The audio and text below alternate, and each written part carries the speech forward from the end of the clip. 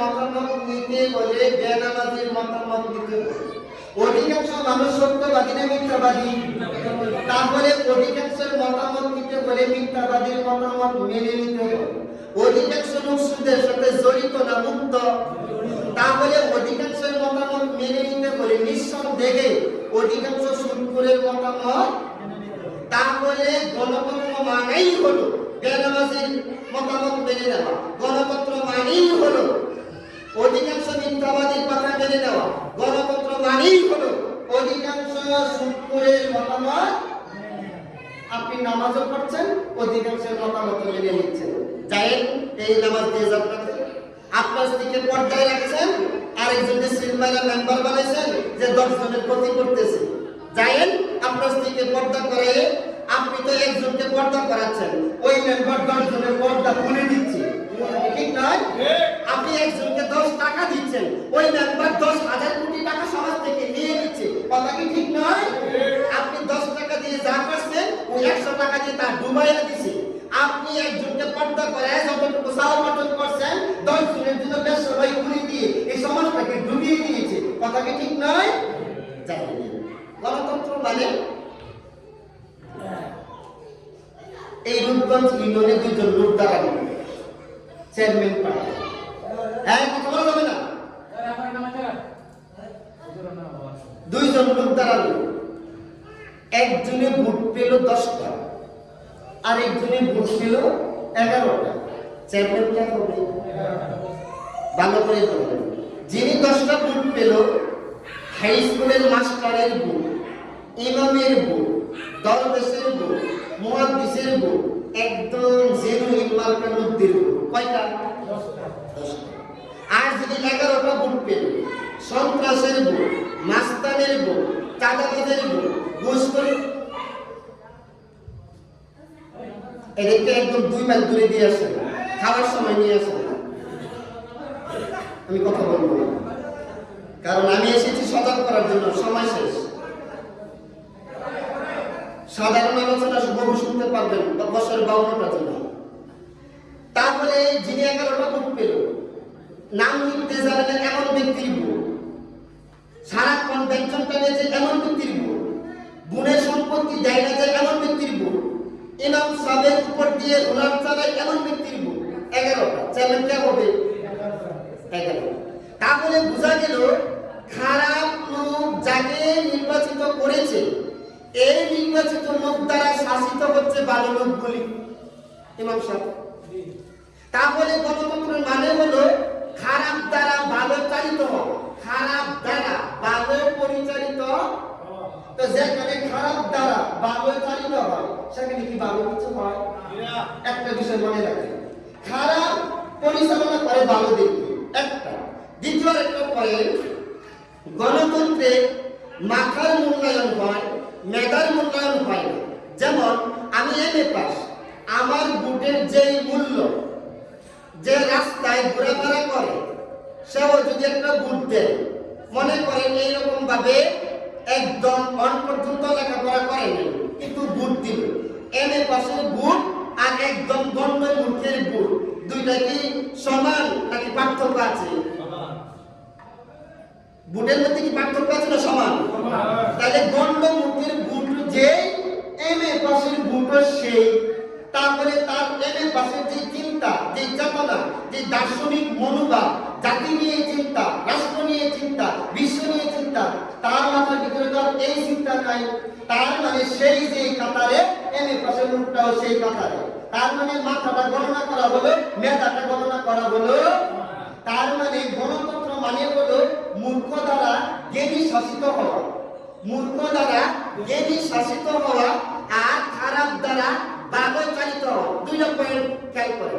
গণতন্ত্রের মেইন পুঁজি হলো, গণতন্ত্রের মেইন অপকার হলো খারাপ দ্বারা ভালো চালিত হওয়া, আর মূর্খ দ্বারা, তাহলে আপনি বলেন মূর্খ দ্বারা জ্ঞানী শাসিত হওয়া।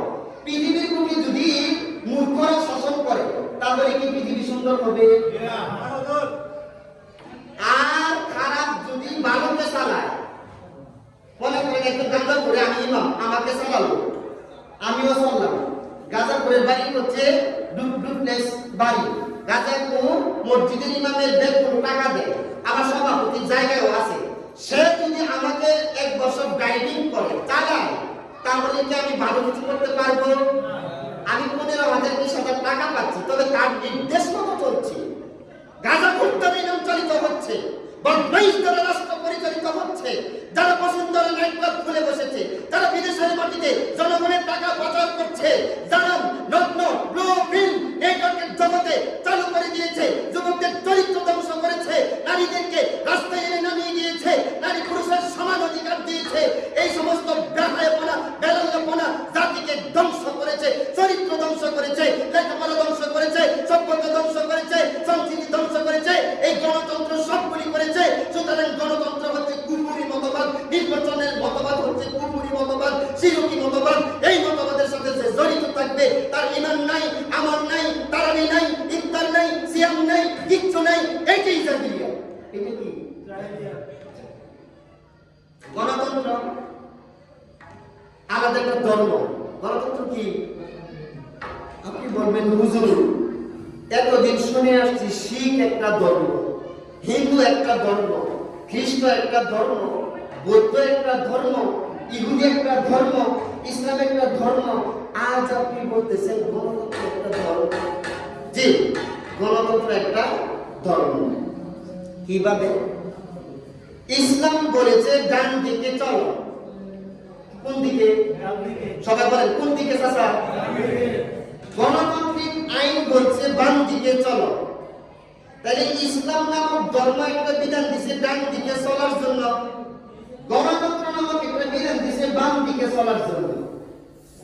ইসলাম বিধান দিছে ছেলে এবং মেয়ে, প্রাপ্ত বয়স্ক বয়স্কা বালেগা হলে বিয়ে দিয়ে দাও।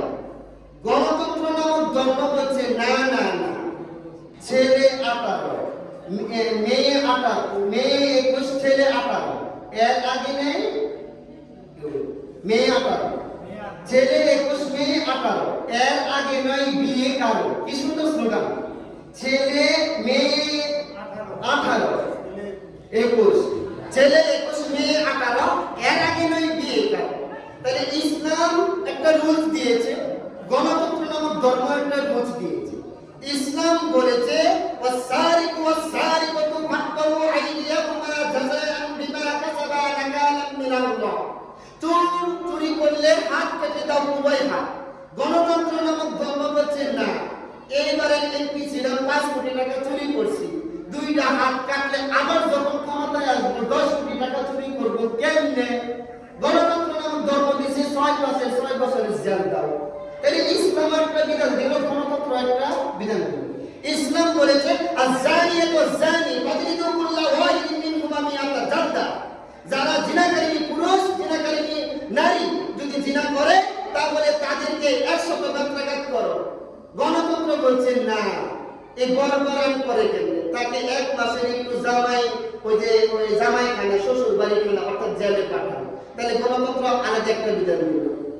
গণতন্ত্র বলছে সন্ত্রাসকে ভিতরে পাঠাবো, ইসলাম বলছে সন্ত্রাসের ডান হাত বাম পা কেটে দাও। ইসলাম বলছে পর্দা করো, গণতন্ত্র বলছে না, নারী স্বাধীনতা খর্ব করা হচ্ছে। ইসলাম বলছে জাকাত ভিত্তিক রাষ্ট্র ব্যবস্থা চালু করো, গণতন্ত্র নামক ধর্ম বলছে সুদ ভিত্তিক রাষ্ট্র চলবে। ইসলাম বলছে সালাতকে বাধ্যতামূলক করো, গণতন্ত্র নামক ধর্ম বলছে না, বাধ্যতামূলক করা যাবে না। ইসলাম বলছে ইসলাম দিয়ে রাষ্ট্র পুরোটা চলবে, গণতন্ত্র বলছে ইসলাম মসজিদে থাকবে, এর বাইরে আসা যাবে না। ইসলাম বলছে আল্লাহ এবং রাসূলের আইন চলবে, গণতন্ত্র বলছে জনগণের মতামতের ভিত্তিতে যে আইন তৈরি হয় এটা চলবে। এইভাবে কি গণতন্ত্র আলাদা একটা ধর্ম নয়? ইমাম সাহেব আপনি বলেন ধর্ম নয়? তাহলে আল্লাহ রাব্বুল আলামিন বলছে ইন্নাদ দীন ইনদাল্লাহিল ইসলাম, ইসলামই একমাত্র জীবন ব্যবস্থা। তাহলে এই ব্যবস্থা তো আরেক ছিল দিল, তাহলে আপনি ইসলাম নামক জীবন ব্যবস্থার মধ্যে নাই। আল্লাহ রাব্বুল আলামিন সূরা আল ইমরানের 25 নম্বর আয়াতে তাআলা বলছে ওয়া মান ইয়াবতাগি গায়রাল ইসলামি দীনান ফালাই ইউকবালা মিনহু ওয়া হুয়া ফিল আখিরাতি মিনাল খাসিরিন। যারা ইসলাম ছাড়া অন্য কোনো জীবন ব্যবস্থা গ্রহণ করবে তার কাছ থেকে কোনো কিছু গ্রহণ করা হবে না। তাহলে ইসলাম ছাড়া আমরা যেটা আল্লাহ রাব্বুল আলামিন বলছে ওয়ালাকুম দীনুকুম ওয়ালিয়া দিন, তোমাদের জন্য তোমাদের দিন, আমাদের জন্য আমাদের দিন। তাহলে বোঝা গেল দিন আর একটা আসল। ইউরিদুনা লিইউতফিউ নূরাল্লাহি বিআফওয়াহিহিম ওয়াল্লাহু মুতিম্মু লিনূরিহি ওয়ালাউ কারিহাল কাফিরুন।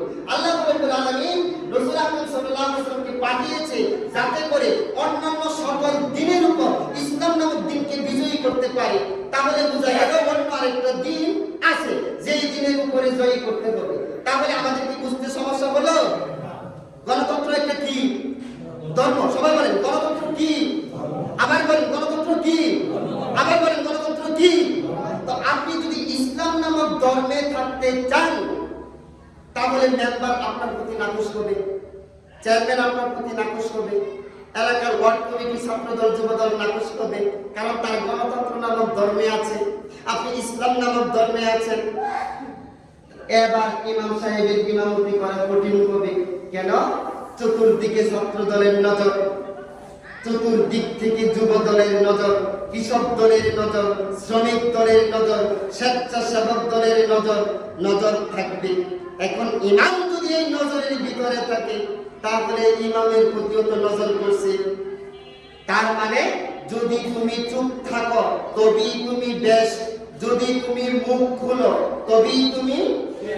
এই স্লোগানটা শিখেন, আমার সাথে বাইরে বলো, যদি তুমি বলেন চুপ থাকো তবেই তুমি বেশ, যদি তুমি মুখ খুলো তবেই তুমি শেষ। আমাকে চুপ থাকার জন্য আনছেন নাকি মুখ খোলার জন্য আনছেন? মুখ খুললে তো আমার অবস্থা শেষ হবে। ইমাম সাহেব মুখ খুললে তো ইমাম সাহেবের 12টা বাজবে। তাই ইমাম সাহেব যদি চুপ চুপ করে 5 বছর ইমামতি করে চলে যায়, হকাদাই করলো না কেন? 5 বছর বিএনপির সাথে ভালো থাকার জন্য সে চুপ রয়েছে। আবার যখন আওয়ামী লীগ ক্ষমতায় আসবে আরো 5 বছর চুপ থেকে নিজের গদিকে পাকাপোক্ত করেছে। তার মানে বেশ সেজেছে, শেষ হওয়ার জন্য তৈরি হয়। ইমাম সাহেব তুমি মনে রেখো, তুমি তাদের দৃষ্টিতে বেশ। ইমাম সাহেব, মুফাসসির সাহেব, মুহাক্কিক সাহেব, মুহাদ্দিস সাহেব, মুহতারিম সাহেব, পীর সাহেব, দরবেশ সাহেব, শাইখ সাহেব, খতিব সাহেব, আলোচক, গবেষক, বুদ্ধিজীবী, পণ্ডিত, বিচক্ষণ, মনে রেখো যাদের কারণে, যাদের ভয়ে তুমি আল্লাহর দুনিয়াতে মুখ খোলা নাই, যাদেরকে ভয় করে ইমামতি টিকিয়ে রাখার জন্য মুখ খোলা নাই, যাদেরকে ভয় করে তুমি আসল সত্য জানো নাই, মনে রেখো তুমি দুনিয়াতে ব্যস্ত থাকতে পারো তবে তুমি জাহান্নামের খড়কুটায় পরিণত হবে। আওয়ামী লীগের কাছে ভালো থাকতে পারো, আল্লাহর কাছে তুমি ভালো নাও। তুমি বিএনপির কাছে ভালো থাকতে পারো, আল্লাহর কাছে ভালো নাও। সেনাবাহিনী, নৌবাহিনী, বিমান বাহিনী, আর্মি, বিডিআর, রেল, পুলিশ, সমস্ত মানুষের কাছে তুমি ভালো থাকতে পারো, আল্লাহ এবং রাসূলের কাছে ভালো নয়। আল্লাহ এবং রাসূল পুরো জীবন ব্যবস্থা জাতিকে দেওয়ার জন্য করেছে, গোপন করার জন্য নয়। 20,000 টাকার ইমামতি আর সালাফিয়া মাদ্রাসা টিকিয়ে রাখার জন্য তুমি ইসলামকে কাটছাঁট করতে পারলা। ইসলাম যেভাবে আছে এইভাবেই জাতিকে দিতে হবে। ইসলাম যেভাবে আছে। আপনি বলবেন হুজুর এত কঠিন কথা বলেন কেন? ও মা, কঠিন কথা না বলে আপনার ঘুম ভাঙবে নাকি? প্রিয় উপস্থিতি, আকাশ যদি মেঘাচ্ছন্ন থাকে, মেঘের উপরে মেঘ, এটাকে বলা হয় মেঘাচ্ছন্ন। কথা বুঝতে হবে, মেঘের উপরে মেঘ, ডাবল মেঘ, ট্রিপল মেঘ, এটাকে বলা হয় মেঘা। ঘুমের উপরে ঘুম, ঘুমের বিগুণ, একে বলা হয় ঘুমাচ্ছন্ন। ঘুমা তার মানে সাধারণ ঘুম না গভীর ঘুম? আচ্ছা, সাদা গভীর ঘুমকে যদি জাগ্রত করতে হয়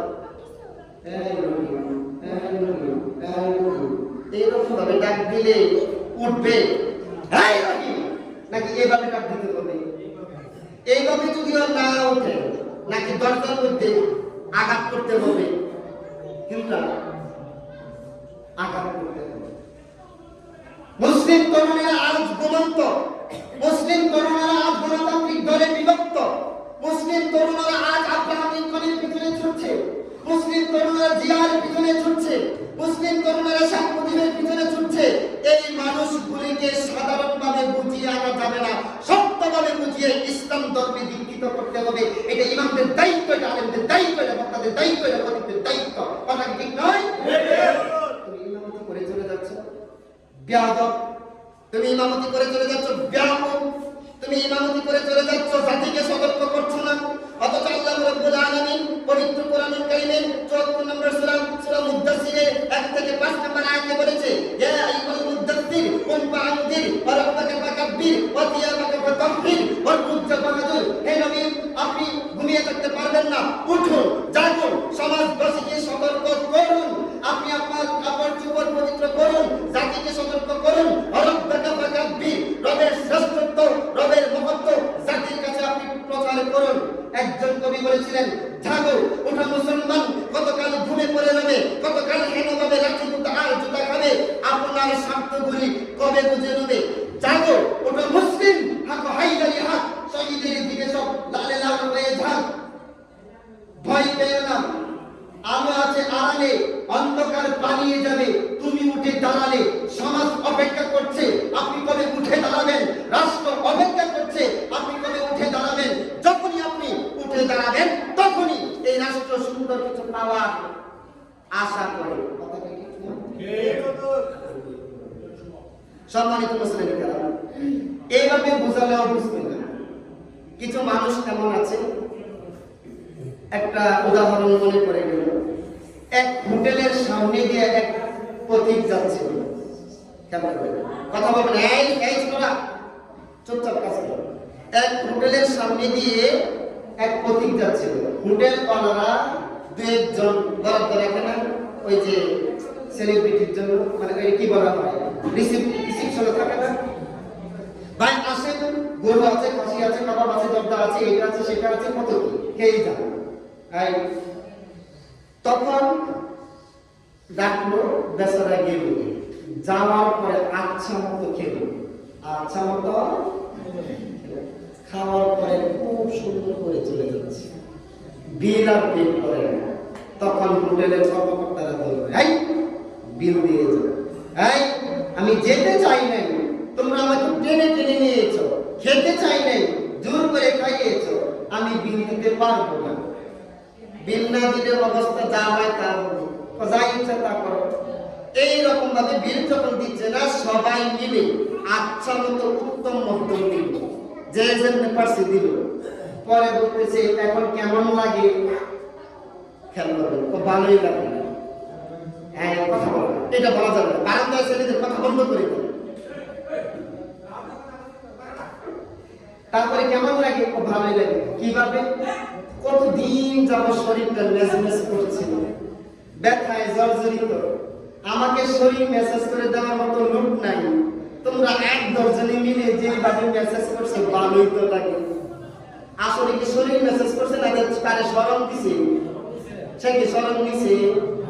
কথা কোন শরম নিছে? কত এইভাবে চলবে, এইরকম ভাবে মাথার চুল কেটে দিতে হবে। কি করতে হবে? সবাই মিলে দইরা যায়, যার কিছু পারছে। এখন কেমন লাগে? তো ভালোই লাগে, আগের যেতে পারবো। তো কিভাবে? আরে টাকা নাই দিলে তো আমি তোর বিলি দিতে পারলাম না। আজকে কতদিন কোনো সেলুনে যেতে পারি না, তোরা সেলুনওয়ালার কাজটা করে দিয়েছিস। আসলে কি তাকে চুল কাটছে না শরম দিছে? শরম কিসের দিছে? কত এইভাবে চলবে না, জুতার মালা পরাতে হবে। কি করতে হবে? আপনারা সবাই মিল্লা সবার জুতা দিয়ে মালা পরায়া তারা পরাইছে। এখন কেমন লাগে? আরে বুকা, আগের দুইটার সাথে আরো ভালো লাগে। টাকা নাই বিদায় আমি চুল কাটতে পারি না, টাকা নাই বিদায় আমি ভিড় দিতে পারি না, টাকা নাই বিদায় আমার পায়ে আমার জুতা নাই। তোরা 50 জনের যে জুতা করে দিয়েছিস, আগামী 10 বছর ব্যবহার করতে পারবো। আসলে কি তারে ব্যবহারের জন্য দিছে না শরম দিছে? শরম কি দিছে? কত এইভাবে চলবে না, আরো কিছু করতে হবে। এবার স্কুল কাটটা জুতার মালা পরায় তারে দৌড়ানি দিছে, পিছনে এই লোকেরা কাজ করতেছে। এক জায়গায় নেওয়ার পরে বলতেছে, এখন কেমন লাগে? এখন সবচেয়ে ভালো লাগে। তো কিভাবে? আরে নেতা কর্মীদেরকে টাকা দেয় পিছনে পিছনে থাকার জন্য, নেতা সামনে থাকার জন্য। আর তোরা আমারে চুল কেটে দিয়েছিস, খাবার খাইয়েছিস, জুতা দিয়েছিস, শরীর মেসেজ করেছিস, এবার তোরা আমার পিছনে পিছনে ঘুরেছিস। আসলে এখন আমি নেতা হয়ে গেলাম। আসলে কি নেতা বানালো না তার শরম দিল? শরম কি দিছে? এই জাতির লোকে আঙ্গুল দিয়ে বোঝালে শরম নেই না। এই যে তোমার মধ্যে বকবক করা হচ্ছে, সেমিনারে বকবক